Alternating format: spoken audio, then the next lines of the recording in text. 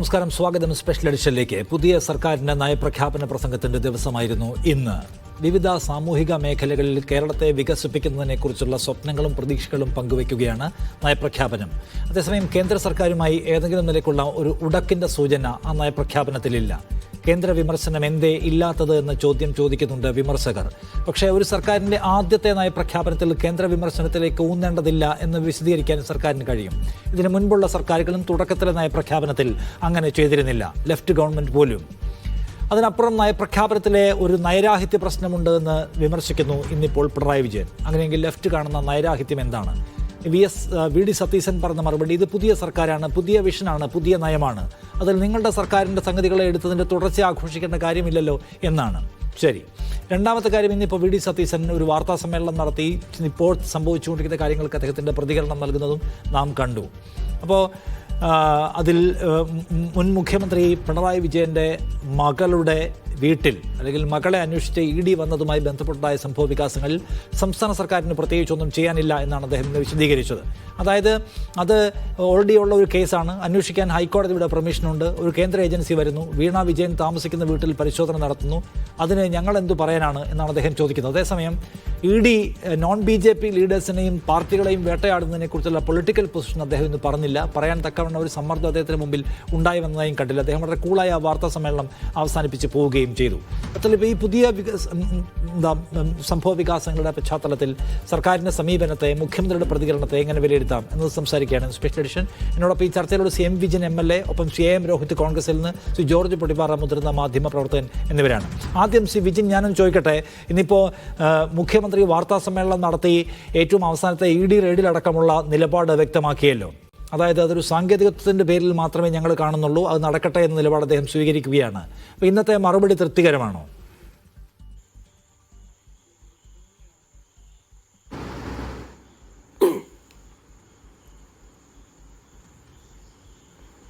തീർച്ചയായും കേരളത്തിൻ്റെ പ്രതിപക്ഷ നേതാവ് ശ്രീ പിണറായി വിജയൻ, അദ്ദേഹം ഇന്ന് കേരളത്തിൽ അവതരിപ്പിച്ച പുതിയ ഗവൺമെൻറ്റിൻ്റെ ഈ നയപ്രഖ്യാപനത്തെക്കുറിച്ചും അതിനെ തുടർന്ന് പത്രസമ്മേളനത്തിൽ മാധ്യമപ്രവർത്തകർ ചോദിച്ച എല്ലാ ചോദ്യങ്ങൾക്കും അദ്ദേഹം വളരെ കൃത്യമായി തന്നെ മറുപടി കൊടുത്തിട്ടുണ്ട്.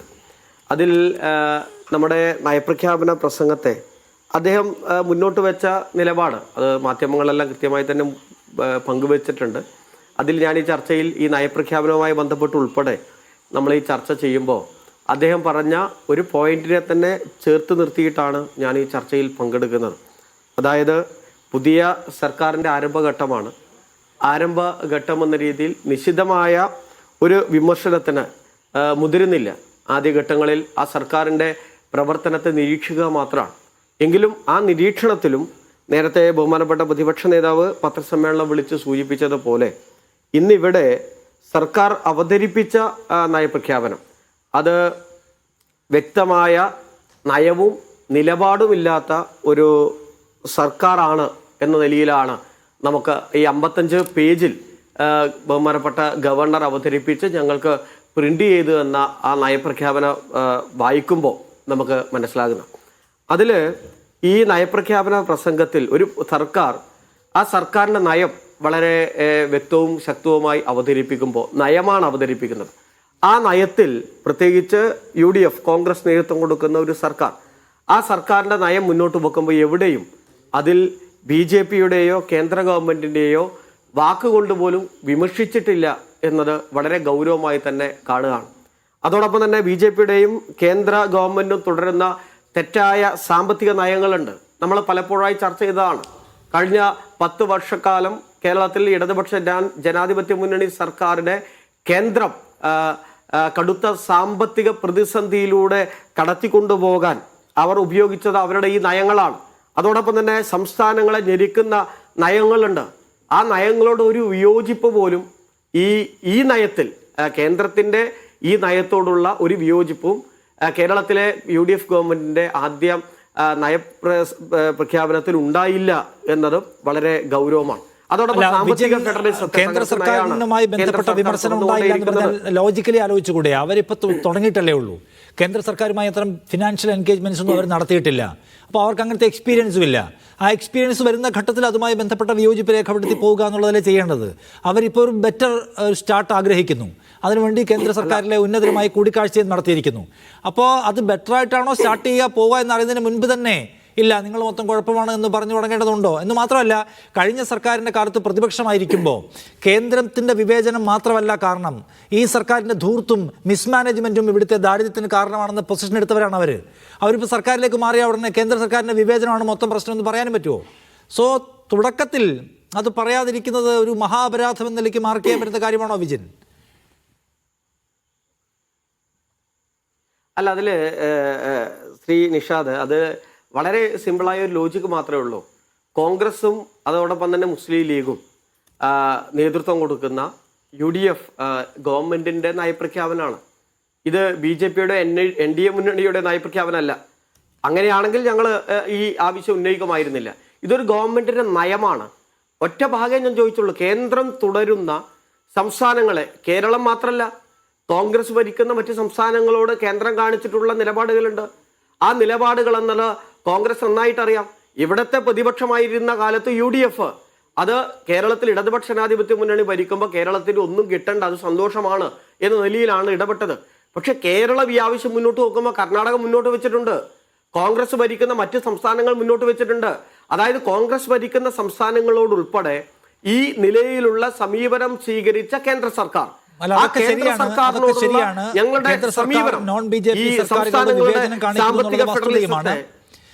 സർക്കാർ നോൺ BJP സർക്കാരുകളോട് വിവേചനം കാണിക്കുന്നത് വസ്തുതയുമാണ്.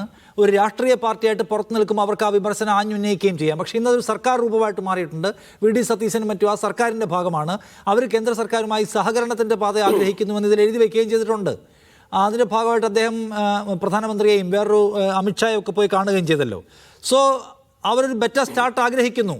ആ ആഗ്രഹിക്കുന്ന മൊമെന്റിൽ തന്നെ നിശിത വിമർശനം എഴുതി വെക്കുക എന്ന് പറഞ്ഞതിലൊരു യുക്തി പ്രശ്നമില്ലേ എന്നാണ് ചോദിക്കുന്നത്. നിങ്ങൾ 2015 വന്നല്ലോ, 2014 മോദി വന്നത്. 2015 നിങ്ങൾ നിങ്ങളുടെ സർക്കാർ 2016 സ്റ്റാർട്ട് ചെയ്യുമ്പോൾ നിങ്ങൾ എഴുതി വെച്ചിട്ടുണ്ടായിരുന്നു? ഇല്ല, എഴുതിയിട്ടില്ലല്ലോ. ആദ്യത്തെ നയപ്രഖ്യാപനത്തിൽ കേന്ദ്ര വിമർശനം ഇല്ല. കാരണം അത് തുടങ്ങുമ്പോൾ അത് വേണ്ടതില്ല എന്നൊരു ലോജിക്കാണ് അത് ഉപയോഗിച്ചിട്ടുള്ളത്.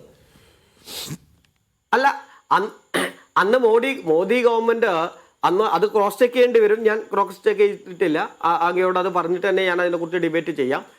അതിൽ പിന്നെ 2014 ഗവൺമെന്റിന്റെ ഒരു സ്റ്റാർട്ടിങ് മാത്രമാണ്. ആ ഗവൺമെന്റിന്റെ അപകടകരമായ തലങ്ങൾ കടന്നു വരുന്നത് പിന്നീടുള്ള വർഷങ്ങളിലാണ്. സംസ്ഥാനങ്ങളുടെ ഫെഡറലിസത്തിന് മുകളിലുള്ള കടന്നുകയറ്റം ഉണ്ടാകുന്നത്, സാമ്പത്തികമായ ഉപരോധം ഉണ്ടാകുന്നത് പിന്നീടുള്ള ഘട്ടങ്ങളിലാണ്.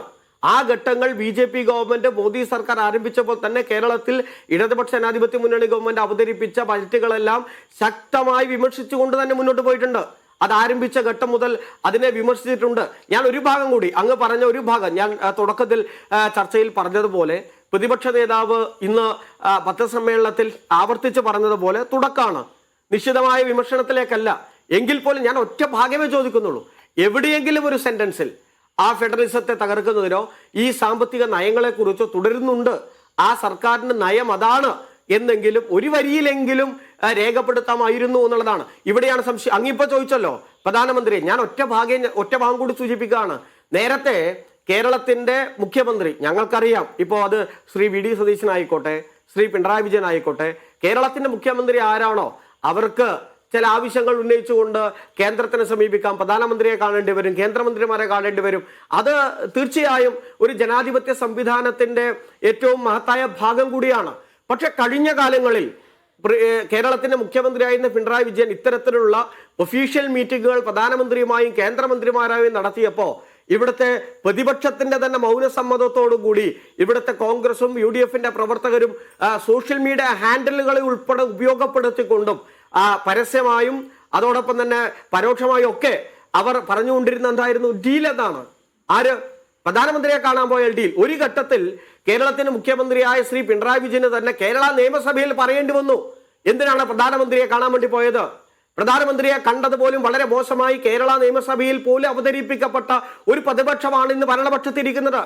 അപ്പൊ അവിടെ ഇതിനെക്കുറിച്ചെല്ലാം ഡീൽ, പ്രധാനമന്ത്രിയെ മുഖ്യമന്ത്രി പോയി കാണുമ്പോൾ ഡീലായി പ്രഖ്യാപിച്ച പ്രതിപക്ഷം ഭരണപക്ഷത്ത് വരുമ്പോൾ എവരെങ്കിലും ഒരു പോയിന്റിലെങ്കിലും, അതേ ഞാൻ ചോദിക്കുന്നുള്ളൂ, തുടക്കാണ് നയത്തിൽ നിശ്ചിതമായി ഇനി വിമർശിക്കാൻ പ്രയാസമുണ്ടെങ്കിൽ നിശ്ചിതമായി വേണ്ട. വന്ദേ ഭാരതം അല്ലെ, വന്ദേ മാതരം, നമ്മുടെ സത്യപ്രതിജ്ഞക്ക് മുഴുവനായി ചൊല്ലാൻ അനുവദിച്ചുൾപ്പെടെയുള്ള ഭാഗമുണ്ട്, അതുൾപ്പെടെ നിൽക്കുകയാണ്. ഇനി ഒരു വരിയിൽ പോലും പറയാൻ ഞങ്ങൾക്ക് വലിയ പ്രയാസമാണ് എന്ന് പറയുമ്പോഴാണ് തിരിച്ചും ഡീലുണ്ടോ എന്ന ചോദ്യം ഞങ്ങൾക്ക് ചോദിക്കേണ്ടി വരുന്നത്. അതുകൊണ്ടാണ് ഒരു പോയിന്റിൽ പോലും എന്തേ ഈ നയപ്രഖ്യാപനത്തിൽ അവർ നടത്തുന്ന ഈ നയങ്ങളെ ഒന്ന് ഒരു പേജിലെങ്കിലും ഒരു സെന്റൻസിലെങ്കിലും വിമർശിക്കാൻ ഈ ഗവൺമെന്റ് നയപ്രഖ്യാപനത്തിൽ തയ്യാറായി. ഇതാണ്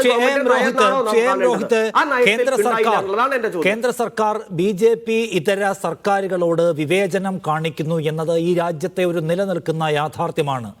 അതിൻ്റെ പ്രയാസം കഴിഞ്ഞ പിണറായി വിജയൻ സർക്കാർ അനുഭവിച്ചിട്ടുണ്ട്, MK സ്റ്റാലിൻ സർക്കാർ അനുഭവിച്ചിട്ടുണ്ട്, കർണാടകയിലെ കോൺഗ്രസ് സർക്കാർ അനുഭവിച്ചിട്ടുണ്ട്. അവരെല്ലാവരും തുറന്ന സമരത്തിലേക്ക് പോലും പോകുന്നത് നാം കണ്ടിട്ടുമുണ്ട്. എന്നിട്ടും ഒരു വിമർശനം എന്തേ ലഘുരൂപത്തിൽ പോലും നയപ്രഖ്യാപനത്തിൽ ഉണ്ടായില്ല എന്നാണ് ഒരു ചോദ്യം. ഇപ്പം രണ്ടാമത്തേത്, ഈ സാമൂഹികമായ സൗഹാർദ്ദം ഈ സർക്കാർ മുന്നോട്ട് വെക്കുന്ന പ്രധാനപ്പെട്ട ഒരു ഊന്നൽ മേഖലയാണ്. സാമൂഹിക സൗഹാർദ്ദത്തിന് എപ്പോഴും തടസ്സമുണ്ടാക്കുന്ന ഐഡിയോളജി ഏതാണ്? കേന്ദ്രം ഭരിക്കുന്ന പാർട്ടിയുടെ ഐഡിയോളജിയും കേന്ദ്ര സർക്കാരിൻ്റെ നയങ്ങളുമാണ് പലപ്പോഴും ആ സൗഹാർദ്ദത്തിന് ഇടിവുണ്ടാക്കുന്നത്. അതേക്കുറിച്ചുള്ള ഒരു കൺസേൺ പങ്കുവെക്കുന്നത് ഈ നയപ്രഖ്യാപനത്തിൽ എവിടെയും കണ്ടില്ല. ചുരുക്കത്തിൽ ഗവർണർ രാജേന്ദ്ര അർലേക്കർ എന്ന് പറയുന്ന കോർ RSSകാരന് വായിക്കാതെ വിടണമെന്ന് തോന്നുന്ന ഒരു ഭാഗവും അതിനകത്തുണ്ടായില്ല. അദ്ദേഹത്തിന് പൂർണ്ണമായി വായിക്കാൻ കഴിയും, വിയോജിപ്പുള്ള ഒന്നുമില്ല. അത് ഒരു പ്രശ്നമാണോ?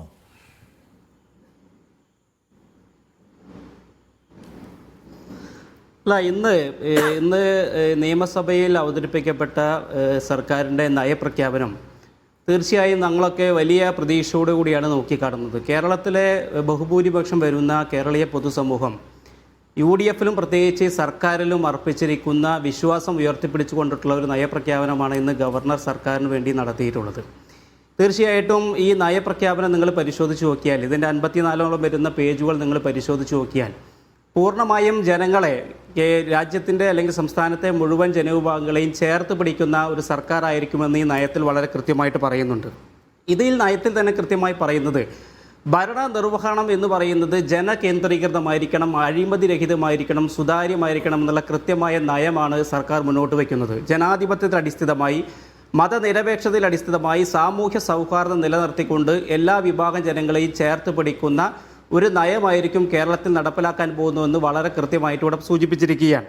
ഇപ്പോൾ നമുക്കറിയാം, വലിയ കടുത്ത സാമ്പത്തിക പ്രതിസന്ധി അനുഭവിക്കുന്ന ഘട്ടത്തിൽ പോലും ക്ഷേമ പെൻഷനുകൾ ഉൾപ്പെടെയുള്ള, അതുപോലെ തന്നെ അതിലൊന്നും തരത്തിലുള്ള ക്ഷേമ വികസന പദ്ധതികൾ തന്നെ ഒരു തരത്തിലുള്ള വിട്ടുവീഴ്ചയും ചെയ്യാൻ ഈ സർക്കാർ തയ്യാറല്ല എന്ന് ഈ നയത്തിനകത്ത് വളരെ കൃത്യമായിട്ട് പറയുന്നുണ്ട്.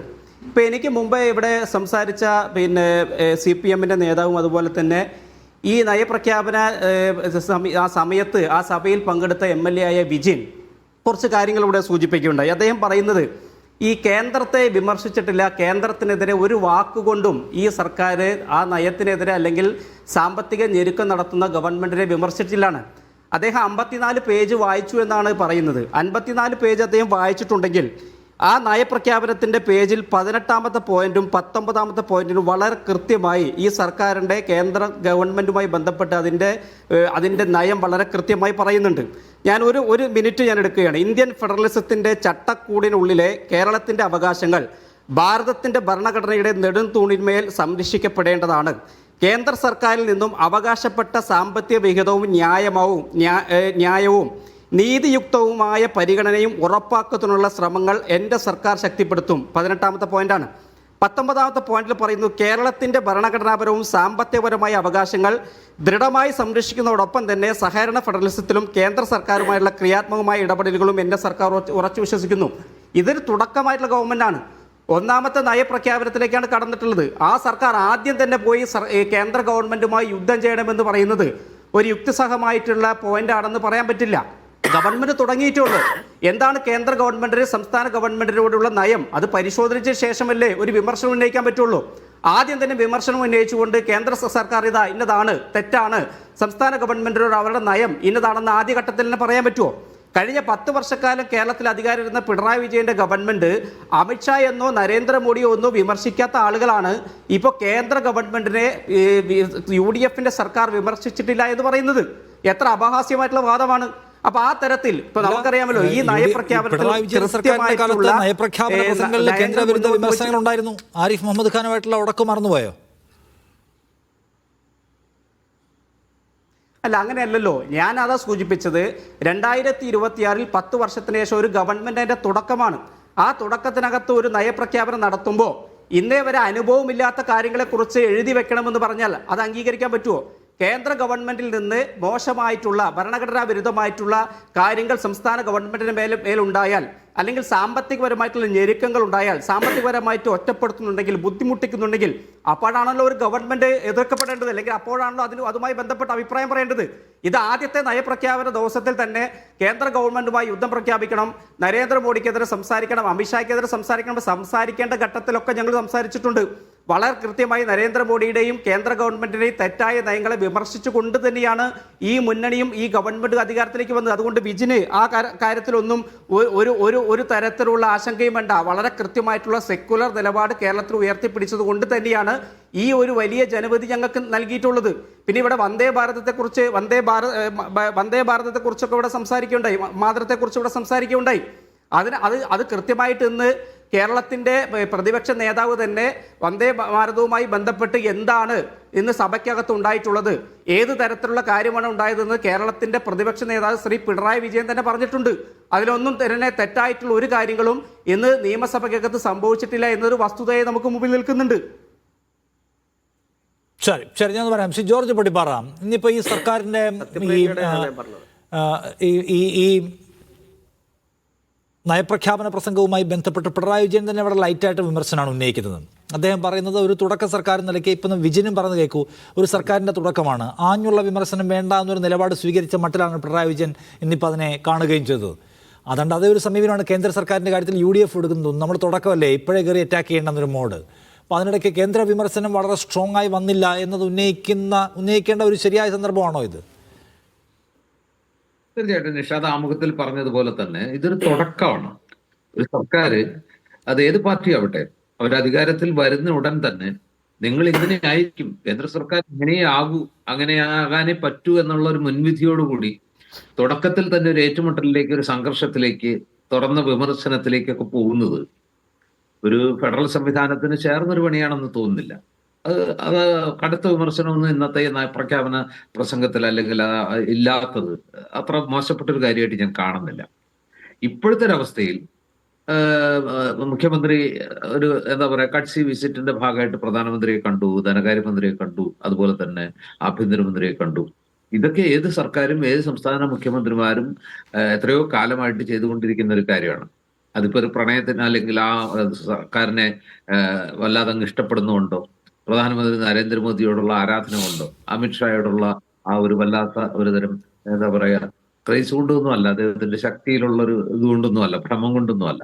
അതൊരു കട്സി വിസിറ്റാണ്, എല്ലാവരും എല്ലായ്പ്പോഴും ചെയ്തുകൊണ്ടിരിക്കുന്ന ഒരു കാര്യമാണ്. അതുകൊണ്ട് തന്നെ ഈ സർക്കാർ അതിന്റെ ആദ്യത്തെ നയപ്രഖ്യാപനം നടത്തുമ്പോൾ തീർച്ചയായിട്ടും ഒരു എന്താ പറയാ കുറച്ചുകൂടി ഒരു പൊരുത്തപ്പെടലിന്റെ അല്ലെങ്കിൽ ഒരു അനുരഞ്ജനത്തിന്റെ, ഒരു സഹവർത്തിത്വത്തിന്റെ ഒരു ശൈലി സ്വീകരിക്കുന്നതിൽ ഒരു തെറ്റുമില്ല എന്നാണ് എനിക്ക് തോന്നുന്നത്. അത് ഭാവിയിൽ സർക്കാർ ഇപ്പോ കഴിഞ്ഞ ഇടതുമുന്നണി സർക്കാരിനെ ചെയ്തതുപോലെ വയനാട് പുനരധിവാസത്തിന് പോലും ധനസഹായം നൽകാത്ത ആ രീതിയിലുള്ള നിഷേധാത്മക നിലപാടുകൾ കേന്ദ്രത്തിന്റെ ഭാഗത്തുനിന്ന് ഉണ്ടാകുമ്പോഴും വീണ്ടും ഇതേ സമീപനമാണ് UDF സർക്കാർ സ്വീകരിക്കുന്നെങ്കിൽ തീർച്ചയായിട്ടും അവിടെ വിമർശനം അർഹിക്കുന്നുണ്ട്.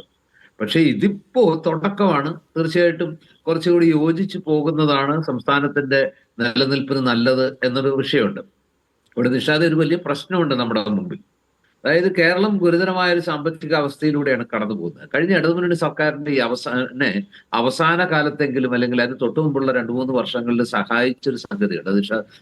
നിഷാദിന് അറിയാമെന്നാണ് ഞാൻ വിചാരിക്കുന്നത്. അതായത് ധനക്കമ്മി നികത്താൻ ഒരു 50,000 കോടിയുടെ സഹായം കേന്ദ്രം പ്രഖ്യാപിച്ചിരുന്നു.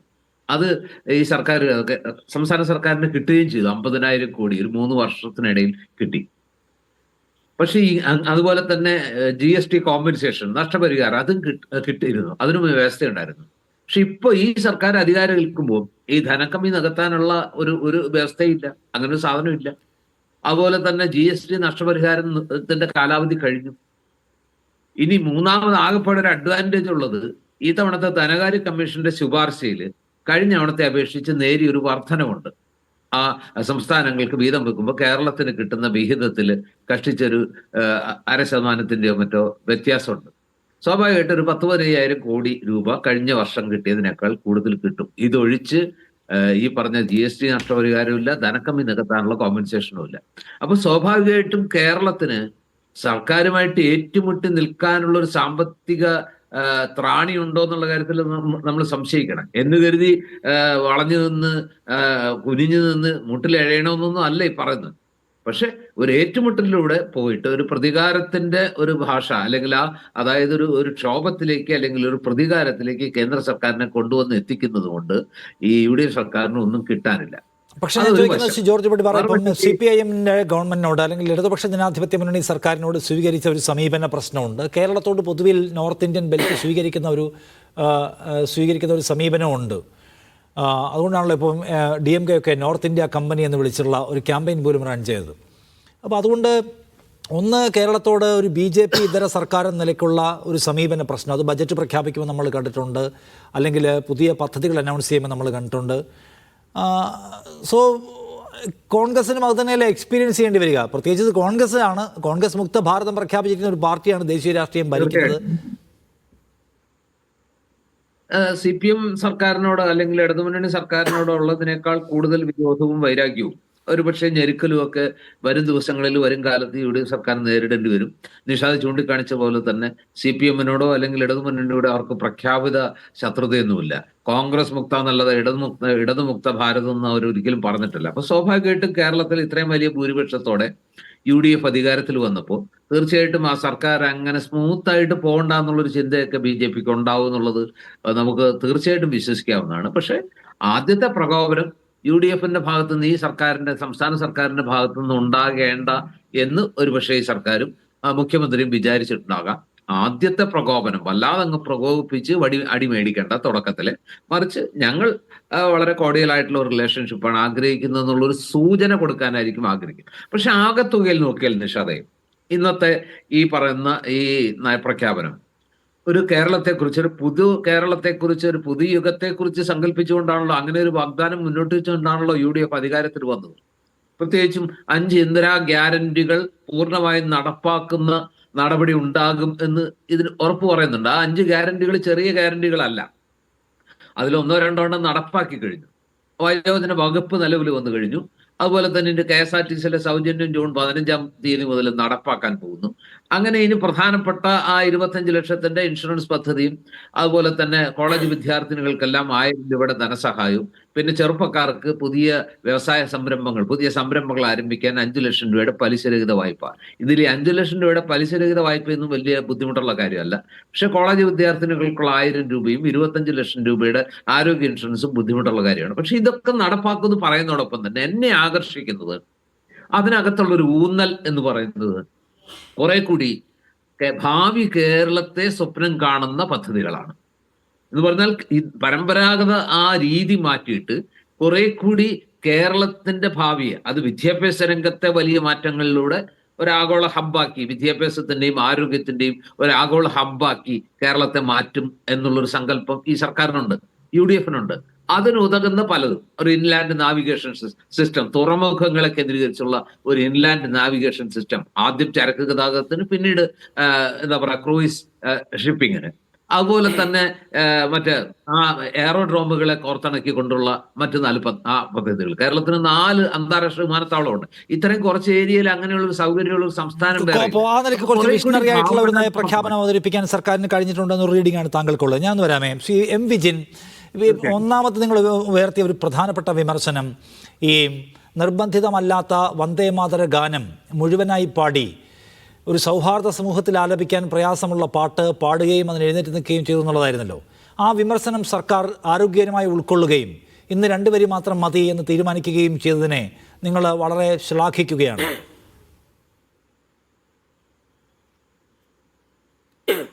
അല്ല, അത് പ്രതിപക്ഷ നേതാവ് തന്നെ പത്രസമ്മേളനത്തിൽ പറഞ്ഞിട്ടുണ്ട്. പക്ഷേ കേരള നിയമസഭയുടെ ചരിത്രത്തിൽ ആദ്യമായിട്ടാണ് വന്ദേ ഭാരതം ഇപ്പോൾ ഇവിടെ ഇന്ന് സഭയിൽ നയപ്രഖ്യാപന പ്രസംഗമായിട്ട് എല്ലാവരും വന്ദേ ഭാരതം എന്നൊക്കെ തെറ്റിച്ച് പറഞ്ഞു. മലയാളികൾ ഒട്ടും പോപ്പുലർ അല്ല ഈ പരിപാടി എന്നാണ് അതിന്റെ അർത്ഥം. അത് പിന്നെ ഒരു ആക്ഷേപമായിട്ട് വരാൻ സാധ്യതയുണ്ട്. അല്ല, മലയാളികൾക്ക് അങ്ങനെ ഒരു ചിരപരിചിതമായിട്ടുള്ള ഒരു സംഗതി അല്ല എന്നുള്ളതിന്റെ ഏറ്റവും വലിയ എക്സാമ്പിൾ ആണ് ആളുകൾക്ക് തെറ്റിപ്പോകുന്നത്. അതെ അതെ അതെ, അത് തിരുത്തേണ്ടതാണ് വന്ദേ മാതരം. അപ്പോൾ വന്ദേ മാതരം ആലപിച്ചപ്പോൾ നിയമസഭയുടെ ചരിത്രത്തിൽ ആദ്യമായിട്ടാണ് ഇന്ന് മീഡിയകളൊക്കെ ഇന്ന് വാർത്ത കൊടുക്കുന്നുണ്ടായിരുന്നു. ഞാൻ എൻ്റെ അനുഭവത്തിൽ കഴിഞ്ഞ 5 വർഷം കേരള നിയമസഭയിൽ നയപ്രഖ്യാപന പ്രസംഗം ബഹുമാനപ്പെട്ട ഗവർണർ വന്ന് കഴിഞ്ഞാലുടൻ ദേശീയഗാനാണ്, നയപ്രഖ്യാപന പ്രസംഗം കഴിഞ്ഞാലുടൻ ദേശീയഗാനാണ്.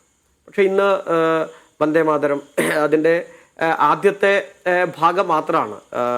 1950 ഭരണഘടനാ അസംബ്ലി അംഗീകരിച്ച ആദ്യത്തെ ഭാഗം മാത്രമാണ് അവതരിപ്പിച്ചത് എന്നത് തീർച്ചയായും നേരത്തെ അതിൻ്റെ ഭാഗം പ്രതിപക്ഷ നേതാവ് പറഞ്ഞിട്ടുണ്ട്. ആദ്യ ഭാഗം അവതരിപ്പിച്ചിട്ടുള്ളൂ. പക്ഷേ സത്യപ്രതിജ്ഞയൊക്കെ അത്ഭുതപ്പെടുത്തിക്കൊണ്ടാണ് അതിൻ്റെ 13 മുതൽ 27 വരെ, എൻ്റെ ചിലപ്പോൾ തിരുത്താം അങ്ങേക്ക്, 13 മുതൽ 27 വരെയുള്ള ഭാഗം വന്ദേ മാതരത്തിൽ അവതരിപ്പിക്കപ്പെട്ട നേരത്തെ തന്നെ അതാണല്ലോ തർക്കമുണ്ടായത്. മഹാത്മാഗാന്ധി പോലും അതിൻ്റെ മുകളിൽ തർക്കമുണ്ടാകരുത് എന്നുള്ളത് കൊണ്ടാണ് ആദ്യ 12 വരിയിലേക്ക് 1950 രാജേന്ദ്ര പ്രസാദ് ആഗ്നൂർ ഭരണഘടനാ അസംബ്ലിയിൽ അങ്ങനെ ഒരു നിർദ്ദേശം വെച്ചതെന്ന ചരിത്രം നമുക്കറിയാം.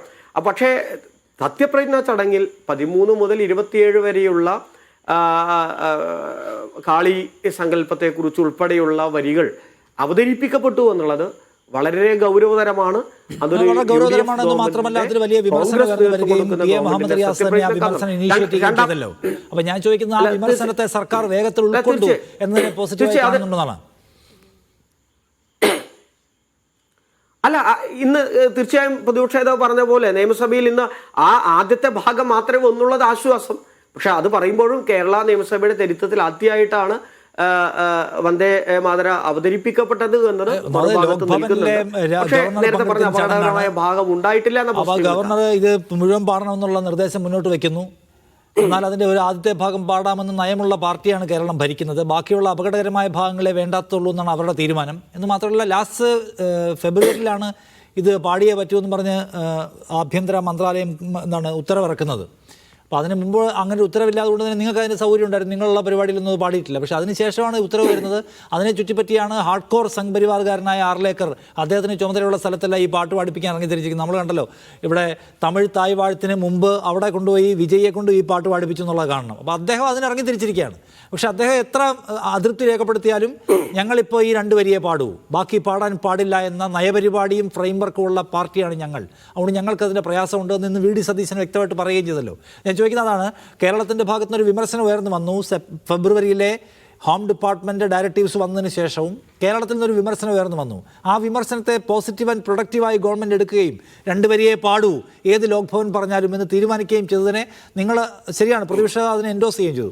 സോ അതിനെ നിങ്ങൾ പോസിറ്റീവായി എടുക്കുന്നുണ്ടോ? കാരണം സംഘ് പരിവാർ വഴിയിലേക്ക് എപ്പോഴെങ്കിലും ചായുമ്പോൾ ഉണ്ടാകുന്ന വിമർശനങ്ങളെ വേഗത്തിൽ തിരിച്ചറിയുകയും അതിനനുസൃതമായി പ്രതികരിക്കുകയും ചെയ്യുന്ന ഒരു സർക്കാർ എന്ന ഒരു പോസിറ്റീവ് മാർക്ക് കൊടുക്കുമോ? അല്ല, ഇവിടെ ഞാൻ നേരത്തെ പ്രതിപക്ഷ നേതാവ് പറഞ്ഞത് പോയിന്റിൽ മാത്രം ഞാൻ ആവർത്തിക്കുകയാണ്. അതിൽ മാത്രം നിന്ന് ആവർത്തിക്കുന്നു. അതിനുശേഷമുള്ള വരികളിലേക്ക് പോയില്ല എന്നുള്ളത് ആശ്വാസമാണ്. ആ സമീപനമെങ്കിലും സർക്കാർ സ്വീകരിച്ചല്ലോ എന്നുള്ളത് ആശ്വാസമായി കാണാം എന്ന് മാത്രമാണ് അവിടെ സൂചിപ്പിക്കുക. പക്ഷെ അപകടകരമായ മറ്റൊരു ഭാഗം കൂടിയുണ്ട്. ഏതായാലും അങ്ങ് ഈ ചോദ്യം ചോദിച്ചതുകൊണ്ടാണ്. ഇന്നിപ്പോൾ BJPയുടെ പ്രസ്താവനകളൊക്കെ വന്നിട്ടുണ്ട്, അപകടകരമായ വിധത്തിലേക്കാണ് പോകുന്നത്. അതിനെ എത്രമാത്രം പ്രതിരോധിക്കാൻ ഈ ഗവൺമെന്റ് സാധിക്കുമെന്നുള്ളതും വളരെ പ്രധാനപ്പെട്ട ഭാഗമായി കാണേണ്ട ഒന്നാണ്. ഇന്നിപ്പോൾ സംഘപരിവാറും BJPയുടെ നേതാക്കന്മാരും ഒക്കെ ഇപ്പോൾ ഫേസ്ബുക്കിൽ പോസ്റ്റൊക്കെ ഇട്ടുകൊണ്ട് മാധ്യമങ്ങളോട് തന്നെ സംഭവിച്ചത് എല്ലാ വരികളും അവതരിപ്പിച്ചു പോകണമെന്നാണ്. അത് സംഘപരിവാരത്തിന്റെ രാഷ്ട്രീയം ഈ കേരളത്തിലും ഞങ്ങളിതാ ശക്തമായി അടിച്ചേൽപ്പിക്കും എന്നതിൻ്റെ കൂടി ഭാഗമാണ്. അപ്പം അതിനെ എങ്ങനെ നേരിടും എന്നതും ഗൗരവമായി നാം ചർച്ച ചെയ്യേണ്ട ഒന്നാണ്. ഞാൻ 1-2 ഭാഗങ്ങൾ നേരത്തെ ഇവിടെ ചർച്ചയിൽ പറഞ്ഞ ഭാഗങ്ങൾക്ക് കൂടി ഞാൻ സൂചിപ്പിക്കേണ്ടതുണ്ട്. അതിൽ എൻ്റെ സുഹൃത്തു കൂടിയായ രോഹിത്, അദ്ദേഹം ചർച്ചയിൽ സംസാരിച്ചു കൊണ്ടിരിക്കുമ്പോൾ നൈസായി ശ്രീ നിഷാദ് അദ്ദേഹം അങ്ങ് ഇടപെട്ടിട്ടുണ്ട്. എങ്കിൽ പോലും ഇവർ കുറച്ച് കാലങ്ങളായിട്ടേ ഇതിങ്ങനെ പ്രചരിപ്പിച്ച് 1000 വട്ടം പറഞ്ഞ് ഇതൊരു സത്യമാണെന്ന് വരുത്തി തീർക്കാനുള്ള ശ്രമം തുടങ്ങിയിട്ട് കുറച്ച് കാലങ്ങളായി. അതായത് പിണറായി വിജയൻ ഉൾപ്പെടെയുള്ള ഇടതുപക്ഷത്തിന്റെ CPIMന്റെ നേതാക്കന്മാര് അമിത്ഷായെ കുറിച്ചൊന്നും മിണ്ടാറില്ല, നരേന്ദ്രമോദിയെ കുറിച്ചൊന്നും മിണ്ടാറില്ല. ഞാൻ അങ്ങേക്ക് ശ്രീ രോഹിത് അങ്ങേക്ക് ഞാൻ എത്രയോ വീഡിയോകൾ അയച്ചു തരാം. നിങ്ങൾ അതൊക്കെ കണ്ടാലും കണ്ണടച്ച് ഇരുട്ടാക്കുന്ന സമീപനമാണ് ഈ കാര്യത്തിൽ തുടർന്നുകൊണ്ടിരിക്കുന്നത്. ആരിഫ് മുഹമ്മദ് ഖാനുമായുള്ള ഏറ്റുമുട്ടൽ ഉണ്ടായിരുന്നു. ഇപ്പോഴത്തെ ഗവർണറുമായി ബന്ധപ്പെട്ട ഏറ്റുമുട്ടലില്ലേ? ബഹുമാനപ്പെട്ട വിദ്യാഭ്യാസ മന്ത്രി വി ശിവൻകുട്ടി അദ്ദേഹം ഭാരതാംബയുടെ ഫോട്ടോയ്ക്ക് മുന്നിൽ വിളക്ക് കൊത്തിച്ച് പ്രാർത്ഥിച്ചാൽ മാത്രമേ ഇവിടെ പരിപാടി പങ്കെടുക്കാൻ പറ്റൂ എന്ന് ഗവർണർ തീരുമാനിച്ചപ്പോൾ ഞാനായി പരിപാടിയിൽ പങ്കെടുക്കില്ലെന്ന് ആർജവത്തോടെ പറഞ്ഞ് ഇറങ്ങി വന്ന ഉൾപ്പെടെയുള്ള ചരിത്രമുണ്ടല്ലോ കേരളത്തിൽ സമീപകാലത്ത് തന്നെ. അപ്പോ ഇവിടെ ശക്തമായി സംഘപരിവാറിനെതിരായി, മോദിക്കെതിരായി, അമിത്ഷായ്ക്കെതിരായി പിണറായി വിജയന്റെ പ്രസംഗങ്ങളുണ്ട്. ഈ തടി പോരാ എന്നുൾപ്പെടെയുള്ള പ്രസംഗമായി നാം കണ്ടതാണല്ലോ, കേരളം ചർച്ച ചെയ്തതാണല്ലോ, അമിത്ഷായെ കുറിച്ചും മോദിയെ കുറിച്ചും ഉൾപ്പെടെ. അതൊന്നും ഞാൻ ആവർത്തിക്കുന്നില്ല സമയപരിമിതി കൊണ്ട്. അതിനോടൊപ്പം ചേർത്ത് നമ്മുടെ ബഹുമാനപ്പെട്ട ജോർജ് പൊടിപ്പാർ അദ്ദേഹം സംസാരിക്കുന്നതിനിടയിൽ ഒരു നൈസായിട്ട് ഒരു പോയിന്റ് അങ്ങ് വെച്ചിട്ട് പോയി. ആ നൈസായ പോയിന്റ് RSSും BJPയും ഒരിക്കലും ഇടതുപക്ഷത്തെ മുക്തമാക്കണം, ഇടതുപക്ഷം വരരുത്, കോൺഗ്രസ് ആണ്. അതൊരു നൈസായ പോയിന്റാണ്, വളരെ മനോഹരമായി അദ്ദേഹം അവതരിപ്പിക്കുകയും ചെയ്തു. പക്ഷെ ഇവിടെ നാം കാണേണ്ടത് അങ്ങ് കാണാതെ പോയതാണോ അല്ലെ കണ്ടില്ലെന്ന് അടിക്കുന്നതാണോ എന്ന് എനിക്കറിയില്ല. പക്ഷെ ത്രിപുരയിൽ BJPയുടെ വിജയത്തിന് ശേഷം മോദി ഉൾപ്പെടെ നടത്തിയ പ്രസംഗത്തിൽ അവർ പറഞ്ഞു ഞങ്ങളുടെ ലക്ഷ്യം കേരളമാണ്, കേരളത്തിൽ ഇടതുപക്ഷ ഗവൺമെന്റിനെ താഴെയിറക്കലാണ് എന്ന് പ്രസ്താവന നടത്തിയത് അങ്ങ് മറന്നുപോയോ? അതോടൊപ്പം RSSന്റെ മുഖ്യ ശത്രു പട്ടികയിൽ ഞങ്ങളാണുള്ളത്, കോൺഗ്രസ് അല്ല. RSS തന്നെ പ്രഖ്യാപിച്ച RSSന്റെ ശത്രു പട്ടികയിൽ കമ്മ്യൂണിസ്റ്റുകാരുണ്ട്. RSSന്റെ മുഖ്യ ശത്രുവായി RSS രൂപീകരണ കാലം മുതൽ പ്രഖ്യാപിച്ചത് കോൺഗ്രസിനെയല്ല, അത് കമ്മ്യൂണിസ്റ്റുകാരെയാണ്. ഈ ചരിത്രം അങ്ങ് സംസാരിക്കുന്നതിനിടയിൽ മനോഹരമായിട്ട് CM രോഹിത് ഇന്നിപ്പോ നയപ്രഖ്യാപനത്തിന് ശേഷം മുഖ്യമന്ത്രി VD സതീശൻ ഒരു വാർത്താ സമ്മേളനം നടത്തി. അതിൽ ഇന്നത്തെ ഏറ്റവും വലിയ ഹോട്ട് ടോപ്പിക് വിഷയം അദ്ദേഹത്തോട് ചോദിച്ചു. ED BJP ഇതര കക്ഷികളുടെ വീടുകളിലേക്ക് റെയ്ഡിന് വരുമ്പോഴുള്ള രാഷ്ട്രീയ നിലപാട് എന്താണെന്ന്. അതിന് അദ്ദേഹം മറുപടി പറഞ്ഞില്ലല്ലോ. ആ കേസിന്റെ സാങ്കേതികത്വം പറഞ്ഞങ്ങ് പോവുകയാണ് ചെയ്തത്. അതായത് രാഹുൽ ഗാന്ധിയുടെയും സോണിയാഗാന്ധിയുടെയും നേരെ കേന്ദ്ര ഏജൻസികളുടെ അന്വേഷണം വരുമ്പോൾ പിണറായി വിജയൻ അടക്കമുള്ള ആളുകൾ സ്റ്റേറ്റ്മെൻറ്റുകൾ കൊണ്ട് പ്രതിരോധിക്കാൻ രംഗത്ത് വന്നിട്ടുണ്ട്. പിണറായി വിജയൻ്റെ വീട്ടിലേക്ക് ED വരുമ്പോൾ നിങ്ങൾക്ക് എല്ലാം സാങ്കേതികത്വം പറഞ്ഞൊഴിയാം എന്ന നില സ്വീകരിക്കുകയാണ്. അപ്പോൾ നിങ്ങളുടെ ഈ കേന്ദ്ര ഏജൻസികളെ ഉപയോഗിച്ചുകൊണ്ടുള്ള രാഷ്ട്രീയ വേട്ടയോടുള്ള കോൺഗ്രസ് നിലപാട് എന്താണ്, സർക്കാർ നിലപാട് എന്താണെന്ന ചോദ്യത്തിൽ നിന്ന് എന്തേ നിങ്ങളുടെ മുഖ്യമന്ത്രി സ്കിപ്പടിക്കുന്നത്?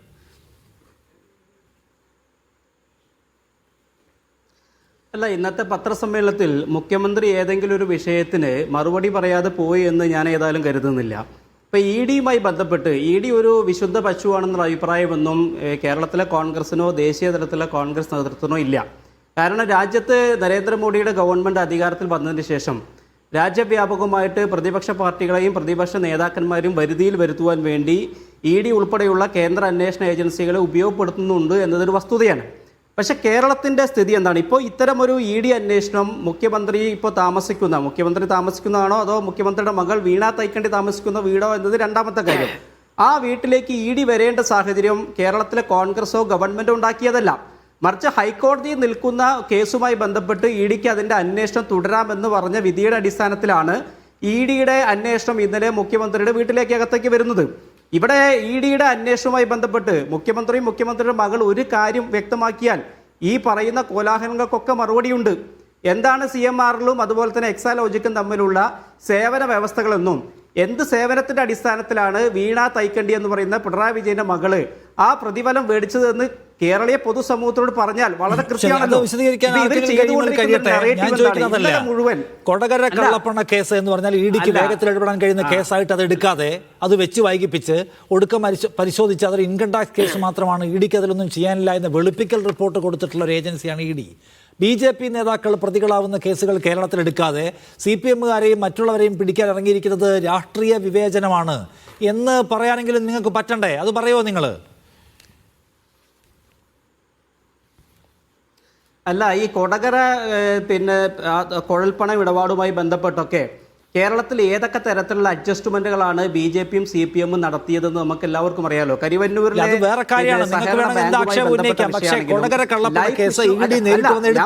ഹൈക്കോടതി ആവശ്യപ്പെടുന്ന പ്രകാരം എടുത്തിട്ട് അതിന് ഞങ്ങൾക്ക് കണ്ടുപിടിക്കാനൊന്നും ഇല്ല എന്നുള്ള റിപ്പോർട്ട് എഴുതി കൊടുത്തു അവർ. അപ്പൊ അത് BJP നേതാവ് K സുരേന്ദ്രനെ തൊടാൻ കഴിയില്ല എന്ന നിലപാടുള്ള ഒരു ഏജൻസി പിണറായി വിജയനെ പിടിക്കാൻ അതിന്റെ രാഷ്ട്രീയ സംസ്ഥാന ഗവൺമെന്റിലല്ലോ. ED വന്നു കഴിഞ്ഞാൽ ED മാത്രമേ ഉള്ളൂ, സംസ്ഥാന ഗവൺമെന്റുമായിട്ട് ചേർന്നല്ല അന്വേഷിക്കുന്നത്. ED ആ കേസിൽ എന്താണ് ഇവർക്ക് കുറ്റമുക്തി കൊടുക്കുകയാണ്. അപ്പോൾ EDക്ക് കൊടകരയിലെ കേസ് എടുക്കണ്ട, പിണറായി വിജയന്റെ മകളുള്ള കേസ് എടുത്താൽ മതി, അത് രാഷ്ട്രീയ ഉദ്ദേശം അതിനകത്തുണ്ട് എന്ന് നിങ്ങൾക്ക് പറയാൻ പറ്റുമോ? നിങ്ങൾക്ക് അങ്ങനെ ഒരു അഭിപ്രായമുണ്ടോ? അല്ല, അങ്ങനെയല്ലല്ലോ അതിനെ കാണേണ്ടത്. കേരളത്തിൽ കഴിഞ്ഞ 10 വർഷക്കാലം നടന്ന EDയുടെ അന്വേഷണമാണെങ്കിലും സംസ്ഥാന ഗവൺമെന്റിന്റെ അന്വേഷണമാണെങ്കിലും BJP CPM പരസ്പര സഹകരണത്തോട് കൂടിയിട്ടാണ് ഇവർ പ്രവർത്തിച്ചിട്ടുള്ളത്. ഇവർക്ക് താല്പര്യമുള്ളപ്പോൾ CPMന് താല്പര്യമുള്ളപ്പോൾ ED വരും, BJPക്ക് താല്പര്യമുള്ളപ്പോൾ ED വരും. ഇവർക്ക് താല്പര്യമുള്ളപ്പോൾ ആ കേസ് അവസാനിപ്പിക്കുന്ന സാഹചര്യമാണ് കഴിഞ്ഞ 10 വർഷക്കാലം കൊണ്ട് ഇവിടെ കണ്ടിട്ടുള്ളത്.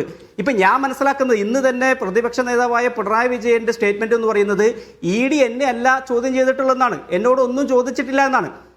CPMന്റെ പോളിറ്റ് ബ്യൂറോ അംഗത്തോട് ചോദ്യം ചോദിക്കാത്ത EDക്കെതിരെ എന്തിനാണ് കേരളത്തിൽ CPMന്റെ അനുയായികൾ ഇത്തരത്തിലുള്ള വലിയ സമരം നടത്തിയതിന്റെ ഉത്തരം ഇവർ പറയണം.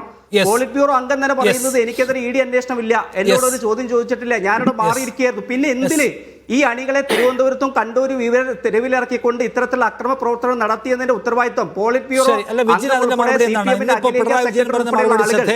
പിണറായി വിജയനെ മറുപടി ഇവർ പറയണ്ടേ? തൈക്കണ്ടി താമസിക്കുന്നത് പിണറായി വിജയന്റെ വീട്ടിലായതുകൊണ്ട് ആ വീട്ടിൽ വരാതെ നിവൃത്തിയില്ല. ആ വീട്ടിൽ വന്നു, അവരോട് ചോദ്യം ചോദിക്കുന്നു, അവരുടെ വിവരങ്ങൾ ആരായിരുന്നു. അതിന് പിണറായി വിജയനെ വേട്ടയാടുന്നു എന്ന മറ്റുള്ളൊരു നെഗറ്റീവ് ബിൽഡ് ചെയ്യുന്ന എന്തിനാണെന്ന് ചോദിക്കുക അദ്ദേഹം.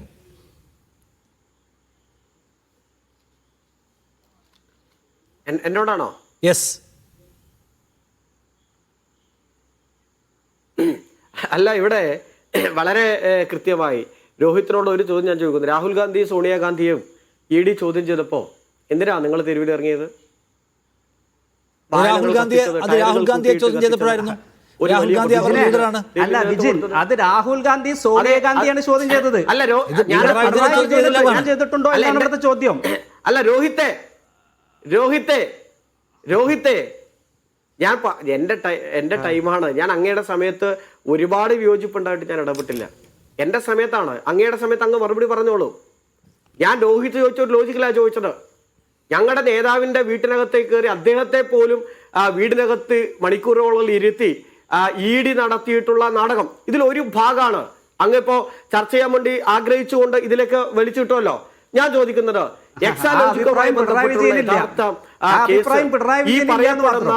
വിജിനെ, ആ അഭിപ്രായം ഇന്ന് പിണറായി വിജയനില്ല.